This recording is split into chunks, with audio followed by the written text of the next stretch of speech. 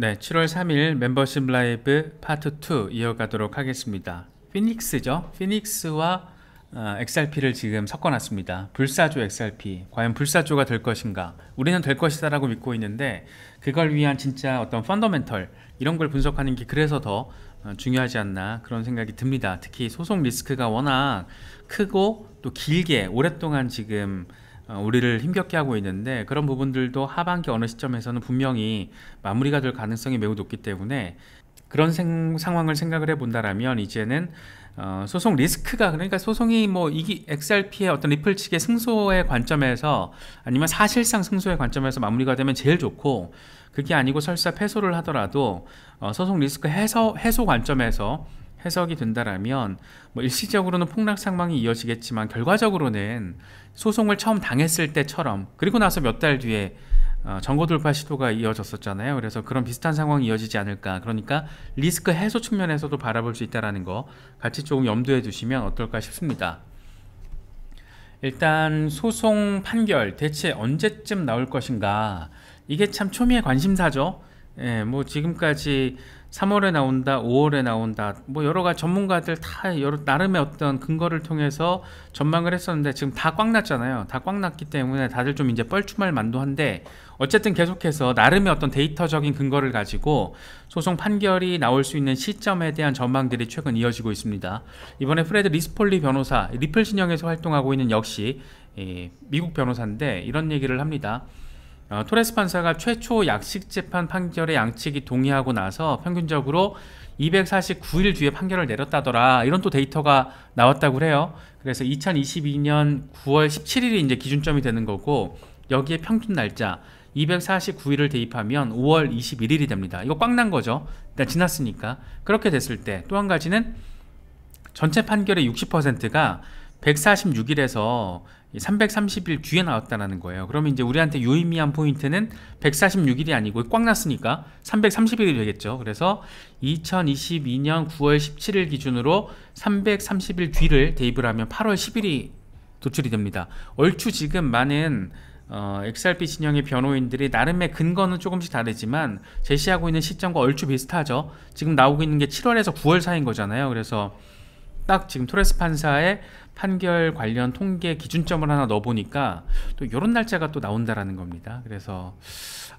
이거 진짜 괜히 또 사람 기대하게 만들고 뭐 그런 포인트죠. 어쨌든 데이터에, 나름 이 통계적인 데이터에 기반을 하고 있다라는 점에서는 참고를 하시면 뭐 되지 않을까 싶어요. 최근에 덴버 대학교, 이건 영상에서 라이브에서 몇 번 짚어봤던 건데, 평균적으로 미국에서 연방법원이 약식재판 양측의 이제 도버트 챌린지까지 법원에서 오케이를 한 뒤에 평균적으로 166일 뒤에 나왔다라는 거예요. 그래서 평균을 적용하게 되면 판결 시점 역시 8월 19일.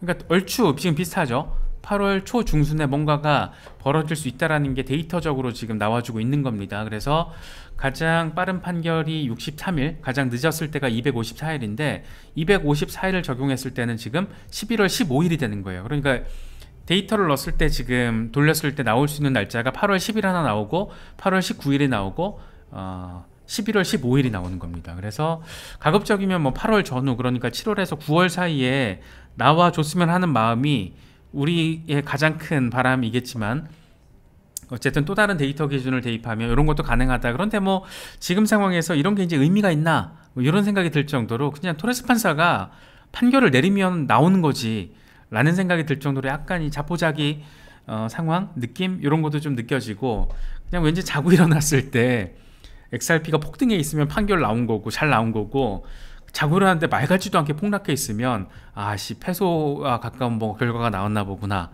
뭐 이런 생각을 좀 할 수 있지 않나.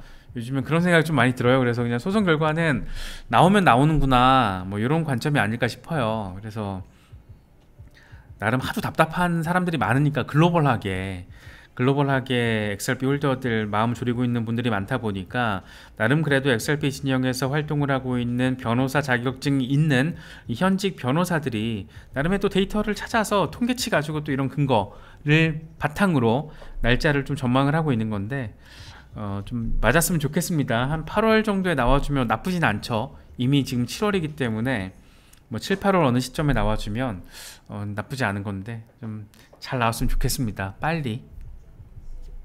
요것도 재밌어요. 이제 에링턴 캐피털이라는 블록체인 기반 디지털 자산 관리 기업, 듣보잡은 아니고 2017년도에 설립이 됐다고 합니다. 근데 이 회사가 이번에 미국 SEC에다가 에링턴 XRP 캐피탈이라는 XRP 기반의 헤지펀드 승인 신청을 했다라는 거예요. 그래서 와, 씨, 이건 또 무슨 일이야. 헤지펀드가 XRP 기반이다. 이거 어떻게 되는 걸까? 이게 과연 승인이 날 수 있을까?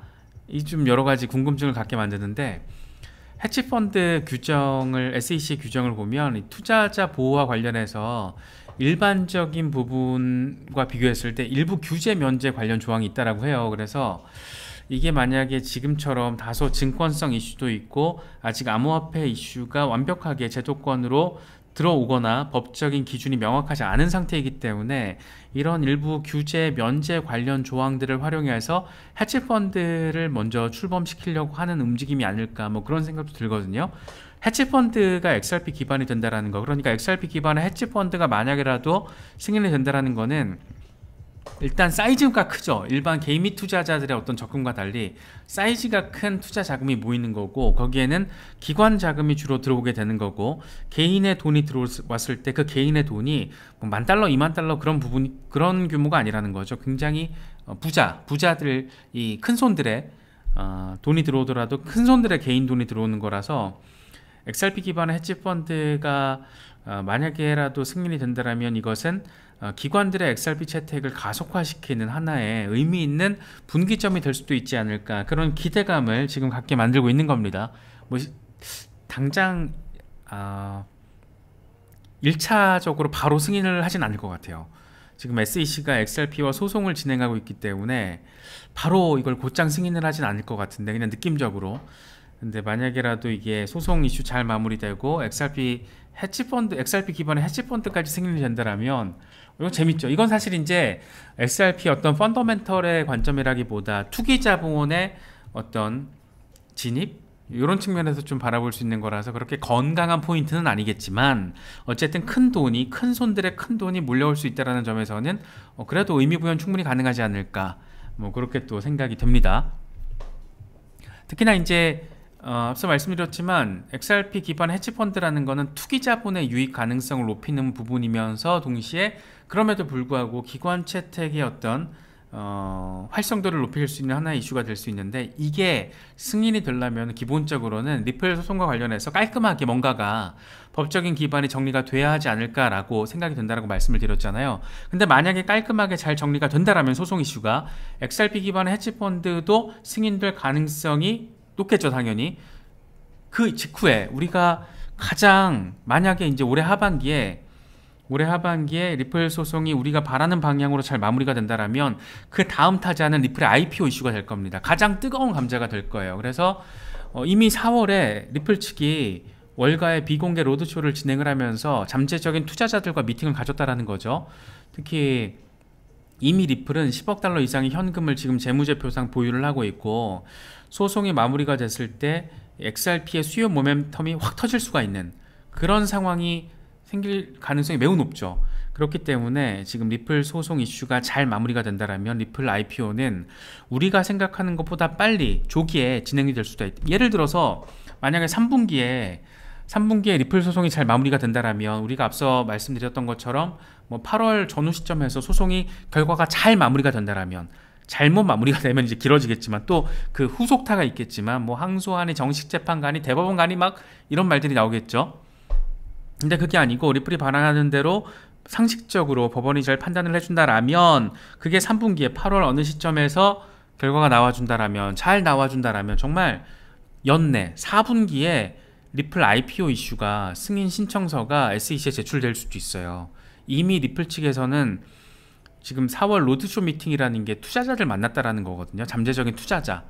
그래서 이미 어느 정도의 실무적인 부분은 세팅을 이미 해놓은 상태이기 때문에 리플 소송 이슈만 잘 마무리되면 이걸 리플에 투자를 하려고 마음먹은 기업들은 소송 리스크가 사라지고 나면 안 할 이유가 없는 거죠. 특히나 그때도 폭스 비즈니스 엘레노 테렛이 말한 건데, 당시 4월달 리플 로드맵 관련해서 자기가 이야기를 들어보니까 거의 모든 월가의 유명 기관 투자자들이 다 참석을 한 것으로 내가 얘기를 들었다라고 얘기를 해요. 그러면 리플이라는 기업을 지금 관심 있게 바라보고 있는 유명 기관 투자자들이 굉장히 많다라는 거고, 소송 리스크가 잘 해결이 되면 바로 이거는 불 붙습니다.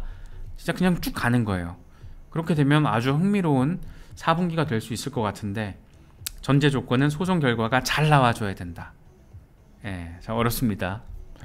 특히 이제 리플 IPO가 생각보다 더 빨리 이루어질 가능성에 대해서 이 린다 존스가 얘기를 한 게 있었는데, XRP 가격이 낮을 때 IPO를 하는 게 가장 합리적이다. 왜냐하면 XRP 가격이 더 높아지면 일단 시총 자체가 너무 높아진다. 그래서 XRP를 보유하고 있는 게 있잖아요. 리플랩스가 보유하고 있는 게 너무 많기 때문에 이게 더 높아지면 이게 또 이 투자자들 진입하기가 또 쉽지 않을 거야. 뭐 이런 얘기를 하고 있는 거예요. 그래서 굉장히 이건 사실 배부른 고민이죠.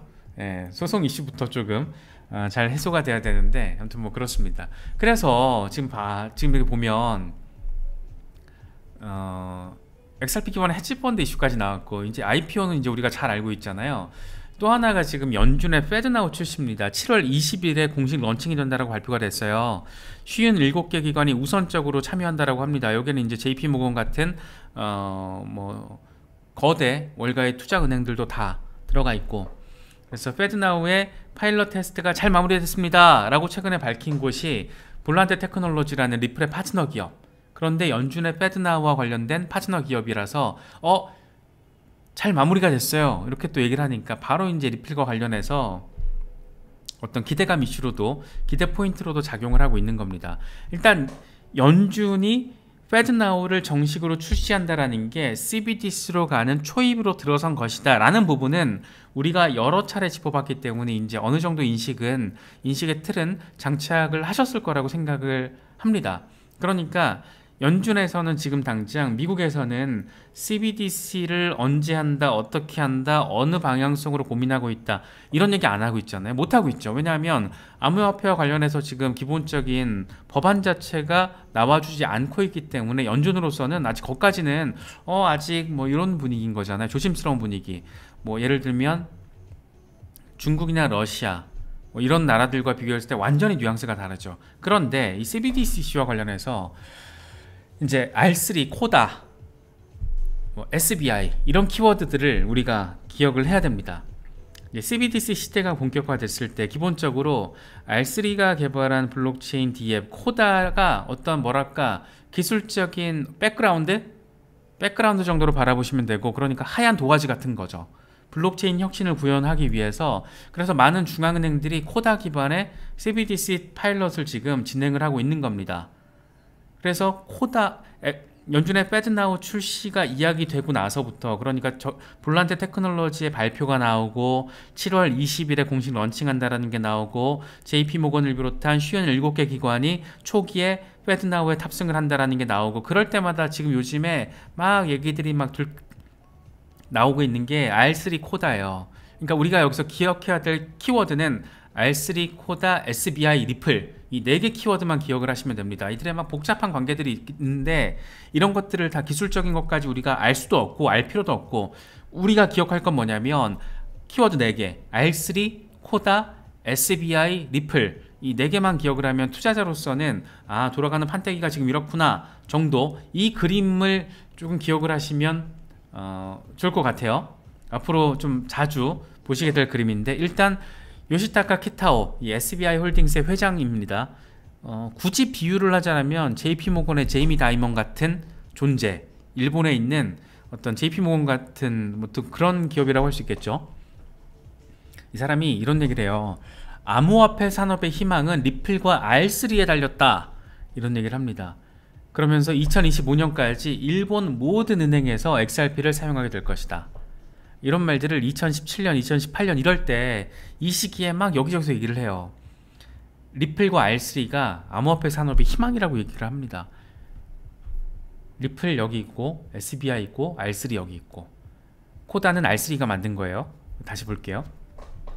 코다는 R3가 개발한 오픈소스 기업용 블록체인 DApp을 말합니다. 그러니까 블록체인 CBDC 어떤 이런 블록체인 기반의 송금 혁신과 관련해서 블록체인 기본 배경, 기본 배경, 부자의 기본 배경이 식빵이라고 보는 걸 보여주신 이 착한 부자님처럼 기본 배경이 지금 이 코다가 되는 겁니다. 그래서 이 코다와 리플의 관계성이 또 되게 재밌는 게, 이 코다가 출시됐을 때 플랫폼에서 결제할 수 있는 화폐 그 첫 번째로 XRP를 선정을 합니다. 그래서 리플과 이 R3 코다의 관계성이라는 거는 꾸준히 2017년, 2018년 이때부터 지속적으로 이어져 오고 있고, 그 당시에 어떤 말들이 나왔냐면 가장 영향력 있는 암호화폐와 블록체인 커뮤니티, 가장 영향력 있는 블록체인 커뮤니티가 만난 거다, 이런 표현이 나왔어요. 그러니까 여기서 2017년, 2018년 당시에 가장 영향력 있는 암호화폐 XRP 말하는 거죠. 그때만 해도 비트코인 다음이 XRP였으니까 가장 영향력 있는 블록체인 커뮤니티 R3 얘기하는 겁니다. 그래서 이 둘이 만나니까 아주 그냥 섹시한 그림이 빠바바바빵 터진 거죠. 예. 재밌는 건 뭐냐면 이 R3의 대주주가 SBI. 근데 R3의 대주주가 SBI인데 SBI와 R3가 SBI R3라는 이 조인트 벤처를 만듭니다. 그러면서 각국의 CBDC 관련 협력을 막 진행을 해요.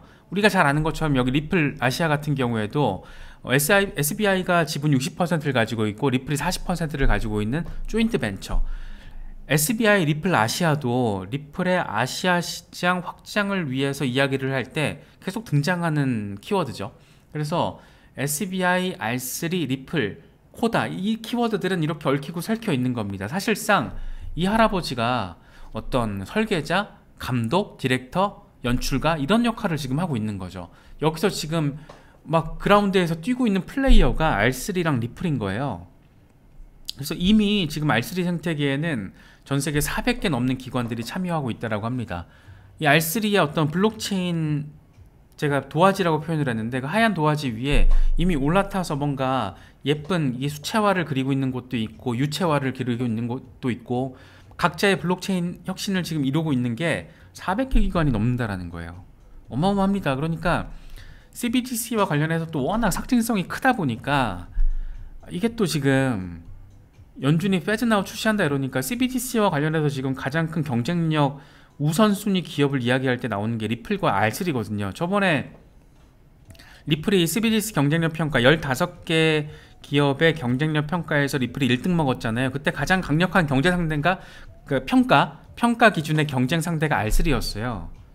예, 그래서 이런 부분들 굉장히 지금 흥미진진하게 돌아가고 있다. 그러니까 이런 너무나도 명확하고 확고한 유틸리티적인 성격을 가지고 있는 곳이다 보니까 소송 리스크만 어떤 방식으로든 해소가 된다라면 리플은 장기적으로 봤을 때는 더 주목도를 높일 수밖에 없습니다. 왜냐하면 CBDC 이슈 자체는 이미 어떤 암호화폐 시장이나 이 다음 시대 혁신과 이 시대의 혁신, 다음 시대의 비전 이런 것들을 놓고 봤을 때 일단 변수는 아닌 것 같아요. 예, 이미 정해진 상수 같아요. 그래서 그런 것들을 아마 대부분 저와 비슷하게 바라보실 것 같고, 그런 측면에서는 뭐 이건 그냥 바라보실 수밖에 없는 거죠. 무시할 수가 없는 겁니다. 그래서 R3 같은 경우에는 CBDC 프로젝트와 관련된 기술을 제공한다라는 점 말씀드렸고, 이 홍콩, 태국 합작 CBDC 프로젝트에서도 R3를 핵심 플랫폼으로 활용을 했다라고 합니다. 이 싱가포르 통화청의 경우에도 코다를 활용한 CBDC 프로젝트를 추진을 했다라고 해요. 싱가포르 통화청 마스, 뭐 갑자기 또 생각나는 거 있으시죠? 이번에 싱가포르 통화청으로부터 승인을 받았습니다. 누가? 리플이. 그래서 싱가포르 통화청으로부터 규제 승인을 받은 암호화폐 기업 20곳 중에 한 곳으로 리플이 이름을 올리게 됐습니다. 그래서 재밌는 건 또 뭐냐면 리플 승인 일주일 전에 시그넘이 싱가포르에서 승인을 받아요. 그런데 아시아넥스트 같은 경우에, 이 아시아넥스트는 SBI와 식스의 합작 법인이거든요. 그런데 여기도 임시 시장 서비스 승인을 이미 싱가포르에서 받았어요. 그러니까 시그넘도 아시아넥스트도 다 SBI와 관련돼 있는 데잖아요. 그런데 이미 싱가포르에 승인을 받았고, SBI 같은 경우에는 이미 2022년 9월에 싱가포르로부터 규제 승인을 받았습니다. 그러니까 가장 큰 설계자가 먼저 싱가포르에 들어가 있었던 거예요. 그래서 SBI 같은 경우에는 리플과 시그넘에 투자를 하고 있고, SBI는 식스와 또 파트너십을 맺고 있고, 식스와 시그넘은 또 커스터디짓을 파트너십으로 이용을 하고 있고, 시그넘은 또 메타코를 사용하고 있습니다. 재밌죠? 최근에 리플이 거액을 주고 우리 돈으로 3,300억 원 넘는 돈을 주고 산 게 메타코잖아요. 그러니까 얘네가 다 연결돼 있다라는 거예요. 그런데 싱가포르 통화청까지 이미 코다를 활용하고 있다더라. 이건 뭐 어떻게 바라볼 수 있을까? 뭐 판단은 개인의 영역인데 제가 바라보기에는 이건 간단치가 않아요. 이 판때기가 보여주고 있는 이 이미지가 너무 많은 거를, 너무 아주 강력한 잠재력을 지금 설명해주고 있다라고 밖에 해석을 할 수밖에 없지 않나, 뭐 제 개인적인 생각입니다. 그래서 리플 XRP 홀더분들, 또 리플의 비전에 대해서 강력한 어떤 확신을 가지고 계신 분들은 이런 부분들 참고를 하시면 좋을 것 같습니다.